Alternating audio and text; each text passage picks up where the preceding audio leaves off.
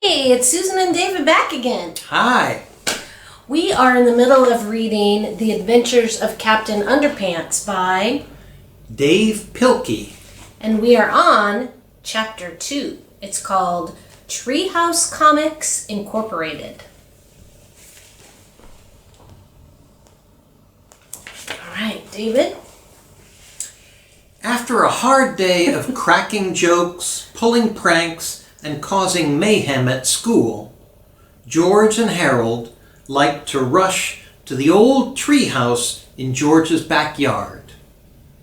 Inside the treehouse were two big old fluffy chairs, a table, a cupboard crammed with junk food, and a padlocked crate filled with pencils, pens, and stacks of paper. Now, Harold loved to draw, and George loved to make up stories. And together, the two boys spent hours and hours writing and drawing their very own comic books.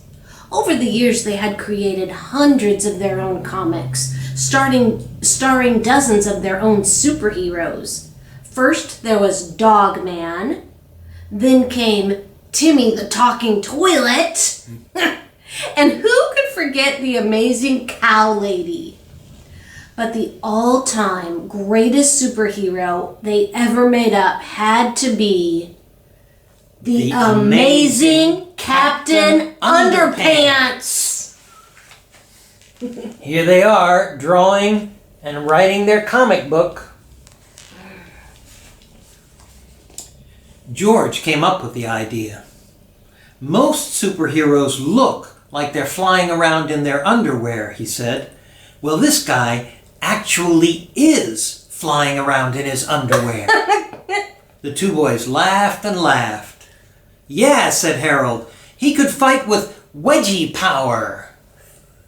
George and Harold spent entire afternoons writing and drawing the comic adventures of Captain Underpants. He was their coolest superhero ever. Luckily for the boys, the secretary at Jerome Horowitz Elementary School was much too busy to keep an eye on the copy machine.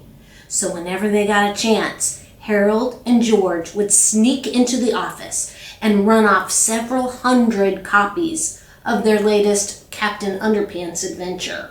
After school, they sold their homemade comics on the playground for 50 cents each. Should we see what they look like? Here they are. They're out there selling their comics on the playground. And it looks like that's the end of Chapter 2. See you later.